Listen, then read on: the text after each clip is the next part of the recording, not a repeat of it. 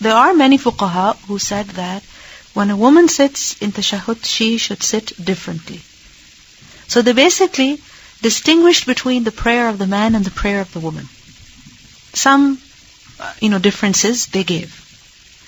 And they based those differences on sometimes evidence, but that evidence was either not relevant or it was not authentic. Okay? And sometimes on no evidence. Just what seemed logical to them. And what is it that seemed logical to them? That a woman, she should pray in a manner that her body is most concealed. Okay? But the fact is that our deen is complete. And if the Prophet ﷺ did not give any instruction that a woman should pray in this manner because then her body will be more concealed, then there is no need to completely, hide the existence of the woman. It's like an exaggeration basically. What is the difference between, prostrating in a way that the arms are not touching the body and they are touching the body, except that one is more dignified and the other is not? Is the body hiding more? How is it hiding? Because they said that when a woman prostrates, her stomach should touch the thighs, and her arms should touch the sides of the body, and they should also touch the ground. And what's the reason? Kana astar. This is more concealing. This is more concealing. How is it more concealing? Isn't she already covered?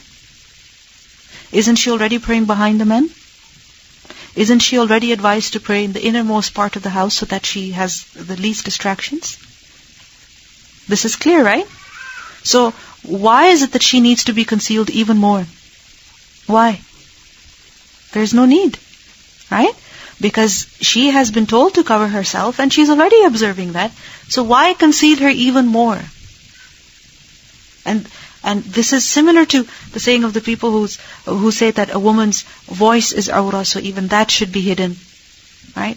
But this is an exaggeration. And when matters are exaggerated beyond the proper limit, then what happens? We are going into an extreme. And we're going to cause an imbalance, which is going to cause a severe reaction. And this is exactly what has happened. That when people go to an extreme, then they snap. Right?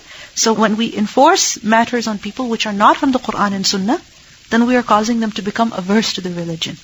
Because really, what is the reason over here except just pure bias? I don't understand. It seems to be completely biased over here that a woman, her body needs to be even more concealed. Why more concealed? So, Darda, she was a faqihah, and when she would sit in tashahhud, she would sit exactly how men sit. Now, some differences that are given by certain fuqaha, distinguishing between the prayer of the man and the woman, they have said that first of all, a woman before starting the prayer, she raises her hands up to her shoulders. She should not raise them above her shoulders.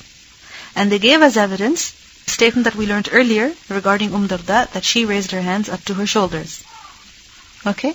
They said, Bukhari. It's reported in Bukhari that Darda, a woman, she raised her hands up to her shoulders. So a woman will also raise her hands up to the shoulders, and the men will raise them up to the ears to the point that they will even touch the ears. Okay. But the fact is that statement was mentioned for what purpose? To show that the hands may be raised up to the shoulders, and from other narrations we see that up to the ears. So basically they have to be somewhere between the shoulders and the ears, and there is no harm if they are a little up and down. This matter is more vast. It's not strict that has to be leveled with the ears and must touch the ears. No. Somewhere between the shoulders and the ears. Okay. Likewise, they said that when she is standing in the prayer, then she has to place her hands on her breast. Okay? And she has to, again, what's the reason? Astar. She should conceal herself even more. She's already wearing her hijab. And they said that the right palm must be placed on the back of the left hand. Okay, right is being placed on the left, but what do we learn is the sunnah of the Prophet ﷺ? That sometimes also on the arm. So if you follow the closest way, then what would that be? That the palm is placed on the left wrist. And chest means anywhere on the chest, however high or low, is easy for a person. For a woman at times it would be very easy to place her hands on her breast, literally, and other times below that. Every woman is different. So you cannot say that a woman has to position her hands over here. No, there has to be evidence if you say that a woman has to do that. Another difference they gave, that when doing ruku', she will not join her left foot to her right foot. She will bend her waist a little. She does not keep her head level with her back. She bends her knees and puts her hands on them. She bends her knees. What's the evidence for that? And she does not grasp her knees or spread her fingers over them. Because it's not feminine? Is it just the thing of the men that they hold their knees, and women, if a woman is holding the knees, then it's masculine? What's the reason here? Then likewise I said that in sajda position she should place her arms on the floor in a manner close to her abdomen and keep her abdomen over her thighs. Now this clearly contradicts the sunnah. There is a severe warning against that. Another, that in the sitting position, they said that she should sit on the floor sticking out her feet to the right side. Meaning both her feet should be where? Where? Towards the right. Now is this the sunnah of the Prophet ﷺ? What is the sunnah of the tashahhud? Remember that when it comes to the matter of prayer, it's the same for men and women. There's no difference.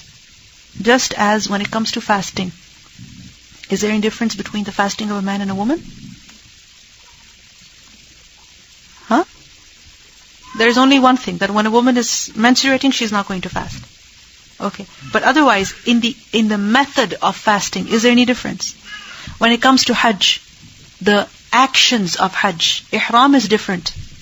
But when it comes to the actions of Hajj, that a man will do tawaf anywhere and a woman has to do tawaf as close to the Kaaba as possible, or as far from the Kaaba as possible. No. Is there any instruction like that? No. But when it comes to the sa'i and certain part, the men, they have to run fast. And the women, they have been told not to do that. But there are actually scholars who say that women should also do that if it is possible for them. Why? Because who is the one who did this first? A woman. So if I'm not mistaken over here, Shaykh Albani was of the opinion that she also has to do that. Okay? So otherwise, in the methodology of Hajj, is there any difference? No. Yes, when it comes to the matters of hijab and tahara, that's understandable. But otherwise, in the method, there is no difference. And the same rule applies to salah. There is no difference.